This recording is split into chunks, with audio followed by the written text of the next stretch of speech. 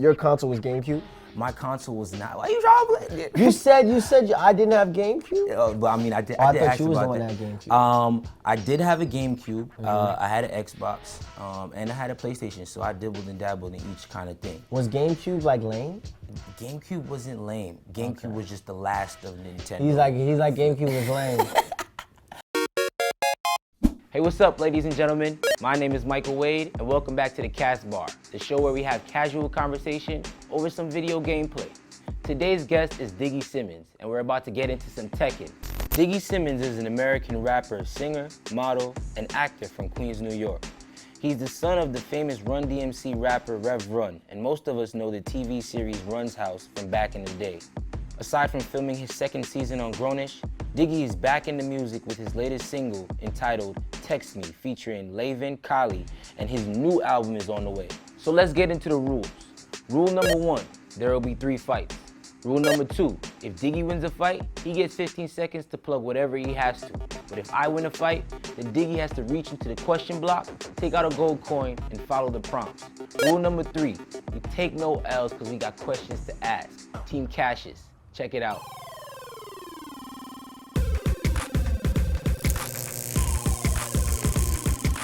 So we're back here again at the CasBar. Diggy pulled up. We about to get into some Tekken. Yo, appreciate you, man. Of course. How you feeling? I'm good, man. I mean, I don't be playing video games like that. It's been a minute. You're back in New York. How you feeling? This weather, I'm kind of mad about it, but it's all good. That's the thing, like, if I could put LA's weather here, it'd be A1. Oh my goodness, A1. New York would be what? a heaven If it was place. all year round and just like dry heat, that's the thing about like New York, like it's like humid. That's something you like a little bit more about LA than the West Coast? The weather, East Coast? yeah. The weather? I like the weather, and I do like the laid back element when I go there. It's a different vibe, different energy. It's a different vibe, but obviously when I come here, when you come to New York, you know what you're gonna get. It's energy. Oh, this already in my... Yo, you gotta jump right into it. Bro, you played this right before I came in. Now with all these, oh. Nah, I can't even block anything. You dig. Nah, see, this. I'm just pressing buttons. I'm gonna keep it over. That. Don't let me win, bro. Right here. Boom. Can I say the date that it releases? Okay, November 9th, lighten up. Go get my album. Yeah. That's it. And y'all know now. Yeah. Just understand though, when you lose, you gotta pull something out of this question box. Okay. All right, so that's what we're going for. Now you're acting, you're doing music. Is there a third one, or is that where your focus is right now? Acting, music, and then, I mean, fashion is always there for me. Like if there's a brand who wants to like collaborate, or there's a campaign, or anything like that, I'm open to it if I like the brand and I feel like it makes sense. So those are like, acting is more of a new thing. What kind of brands are you banging with right now? Honestly, man, I've been wearing a lot of vintage. But I always like Dries Van Noten, Philip Lim, a lot of different Where do you get your brands. vintage? Because a lot of people thrift, but I'm gonna tell you after this. They can't have know. the drip. No. But there's spots. I'm gonna let you know. Why did you choose vintage? Have you been doing You know research? what? And I was I'd say like 2 years ago, I was just like binge watching like a bunch of the classic like movies and like series, because I like to do that. I just, like if something's really great or known as being something that's like a classic, I'm like, I want to see why people like it. You gotta so know much. it. So like I went back, I watched like Sopranos, I watched like Goodfellas, Scarface, Bronx Tale, and I was like, yo, these dudes was fly. Why is nobody dressing like this, right? I just took it upon myself to just do my research, and it's fun too. Cause you just, you find pieces. Like with designer, like you'll pull up somewhere and be like, oh, I got, you know what you're saying? Like you see somebody and you'll be like, oh, that dude's wearing the same thing. Like, you know what I'm saying? Like, I don't really wanna look like everybody. Okay. At the same time, but it's fun because you find rare pieces nobody else is gonna be wearing. You also got some looks going on in your side-by-side project, I guess, coming out with your album. Yes. It's showing you, showing like the day in the life of Diggy. Yes. And we see a lot of your fashion in there. We see you. Bro, like, all right, are you just letting me do this? I thought you said you didn't play games. Are you just letting me? That's what I thought you said. You just let me do this because I'm a guest here. Listen. Y'all told him to let me win? Listen. So you got 15 seconds to plug what you need to plug. What have you been doing recently? Make sure you guys watch Grownish. It's coming this January, all new season, second season. Make sure y'all watch it. So that's your second time on Grownish though? Yeah, second season. So they introduced my character last year, which is funny. I'm Diggy, I'm from Queens. His name is Doug, he's from Queens. And I end up being the love interest to a girl named Jazz, who is played by Chloe from Chloe and Halle. And so we kind of continue in what we're doing. I can't give away too much. Oh, it's good to hear that you're back, you feel me? Fact, oh man, it's so much fun, like just being on set, everybody gets along, everybody just like has a good time, and it's just like a good cast, good feel, so it's dope. Is there anything personally that you relate to in that role? Like it's kind of like a college campus kind of setting, right. So like your college experience, is that what you would have imagined it to be? I would think so, yeah. And like the writers, they try to make it strike close to home, like as far as like what college is, and there's just like a lot of realistic things in there that I like. As far as my role relating to me, I'd say like him being from New York.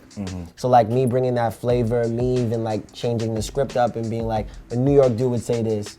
Or me, you know, bringing this slang, you know what I'm saying? They got like, the reference to the kicks in there too. They got the reference to the kicks. I did the Air Max, so like, let's say if my character says seriously, like, nah, I'd say dead ass. You know, like that's authentic. Exactly. So, you know, just kind of picking that apart and making it authentic. Can we expect like a New York little gem in the next season, like a year or something like that?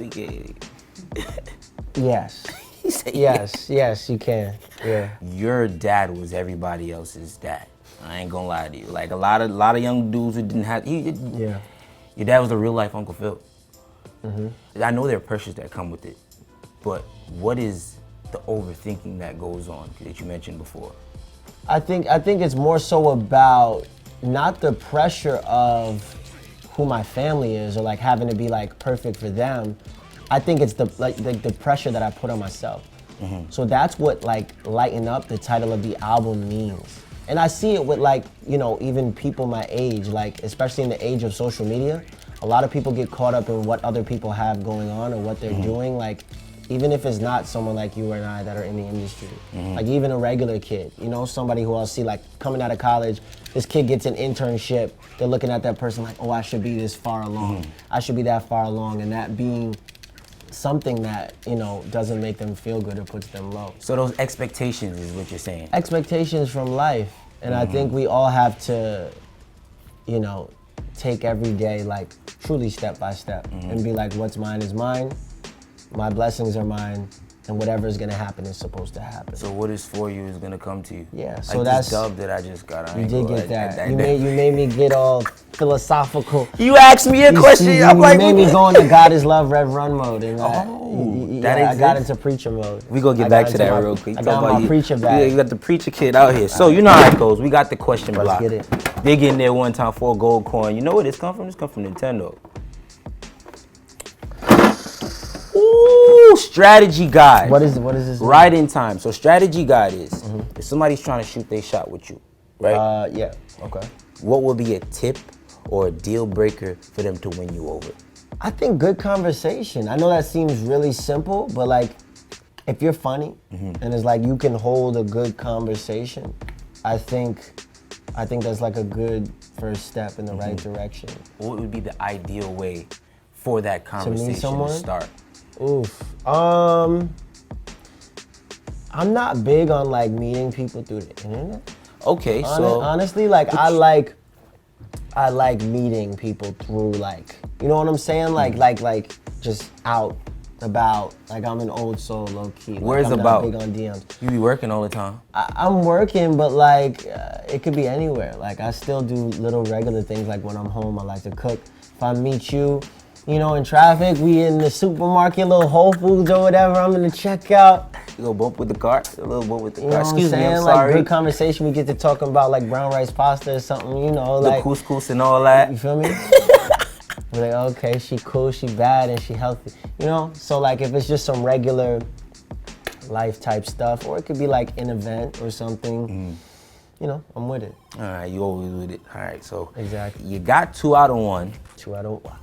I really don't know if it was 2. I stopped keeping count. You said you stopped keeping. I After the second one, I stopped keeping count. And then you just totally disregarded. I feel like it was a third one. I'm gonna be honest. You feel like, but you don't. I do.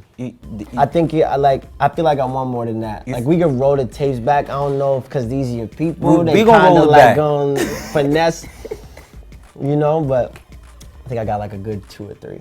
Ladies and gentlemen, this was a CasBar session with Diggy Simmons. My name is Michael Wade. Stay tuned for the next one. Game over.